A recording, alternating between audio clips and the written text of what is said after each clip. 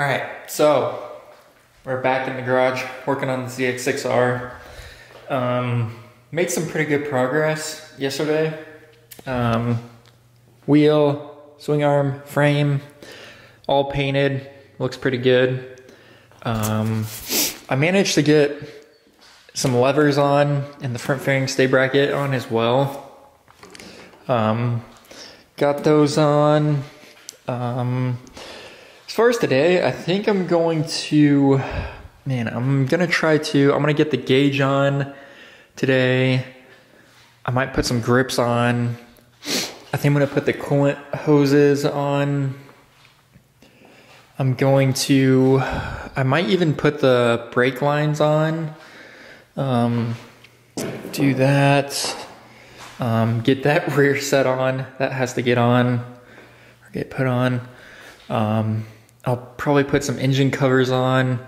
So I think that's everything I can think of right now. But we'll see how the day goes and how everything plans out, because I might run into some issues, who knows. But yeah, let's get into it.